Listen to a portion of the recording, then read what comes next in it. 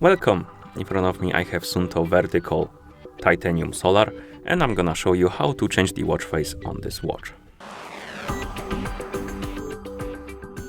First we need to wake up the screen on our watch. You can do it by pressing any of the buttons. Once you wake up the screen, you press and hold the middle button to open the settings. In the settings, scroll through the menu, find the option called Customize and tap on it. And here select the watch face. And right here we have the watch face menu, and you can scroll through the list of watch faces, find the watch face you would like to use on your watch, and once you find it, tap on it to select it, then change the color of the watch face to the one you like, and then tap on it to apply it.